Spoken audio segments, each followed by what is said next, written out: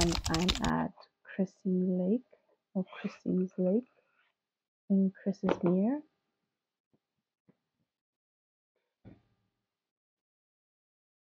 I don't quite feel like myself. I know that I've been sleep deprived for the past couple of weeks. I basically had like a week off of work, which was appreciated, especially because I hadn't actually taken leave. They just gave it.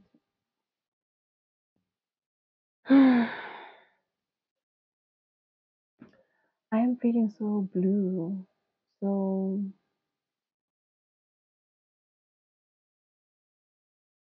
unlike myself. I'm at this beautiful place with wonderful people, and I'm not present. And I don't quite know how to feel.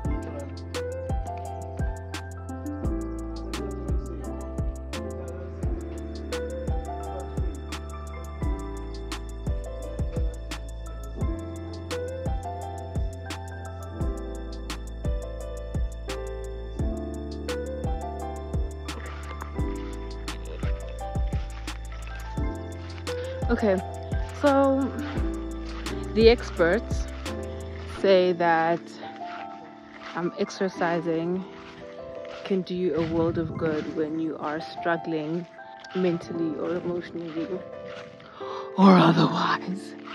So I'm taking a walk. I'm taking a walk. I don't know where I'm going. I'm just walking. But the view's gorgeous. This place is absolutely stunning.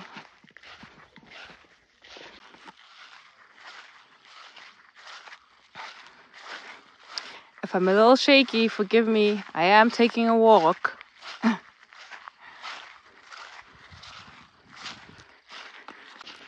I will admit though, the one thing that really gets on my last nerve is the amount of flies that are here. I know that it's summer and I generally don't mind a lot of bugs, but the flies, if you know me, you know that I can't stand flies, and there are a lot of flies here. I'm terrified to say it's worth it, but I love it here.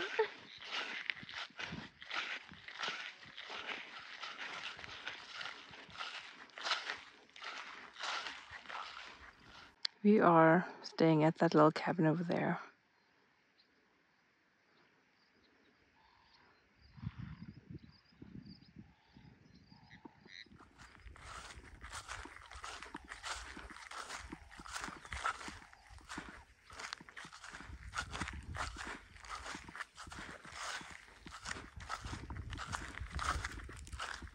Y'all, look at that.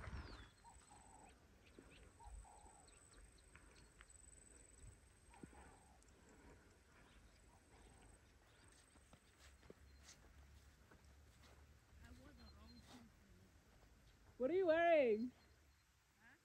Are you wearing Crocs? Are you wearing Crocs? Huh?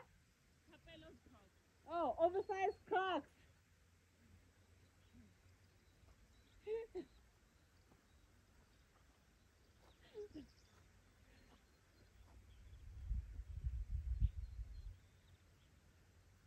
I feel better. It really is.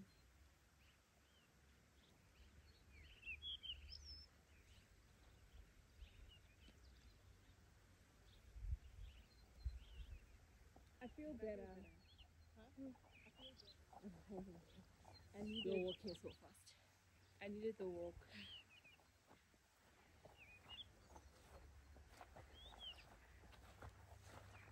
I'm gonna sit here until you're done shooting. I see the difference. I'm like, I'm gonna like go back. Don't even see it. The thing about that, right? They don't get it. Yeah.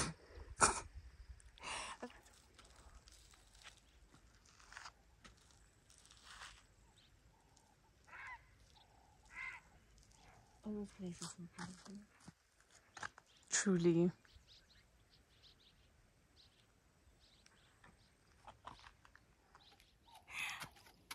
We normally stick to the safer options, like The hotels. yeah.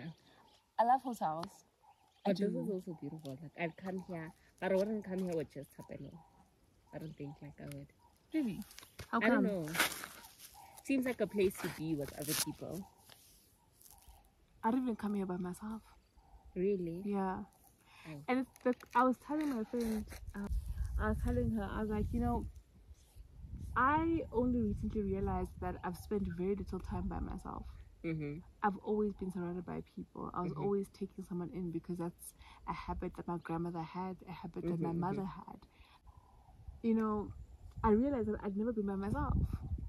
Even when I had technically my own apartment with my own lease, there was always someone staying with me. Yeah, because you used to. It was a friend, it was a cousin, it was an adopted brother, it was, you know, a boyfriend. There was always somebody staying with me. I never actually had, you know, my own space where I didn't have someone to come home to. You understand? Yeah. And only recently did I find myself really being alone, and I didn't even think I liked my own company, but I actually do. Yeah. And you always figure out that you do. With me, it was the opposite. Like in my family, they like doing this ride and die for that girl. Like I can't Proximity have that same matters. connection. Family is tricky, man. Yeah, it is. My relationship with my father was very tricky. It's a very long story. Then he died, and it felt like someone had like ripped the carpet from under my feet, and I wailed.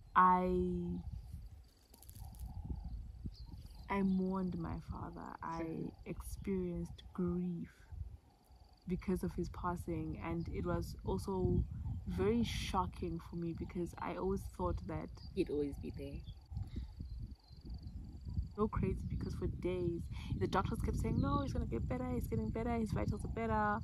But for some reason I just knew, I was just terrified of saying it. I remember there's a night, like I think 2-3 nights before he passed away, I said to like one of my friends, I was at my friend's apartment, we were watching a movie, and I cried, like in the middle of the movie I just started crying, and I was like, I think my father's gonna die. And they're like, no, but the doctor said, and I was like, he's like, no, but the doctor said. I was like, I know what they said, but like I just feel like he's not gonna make it, you know.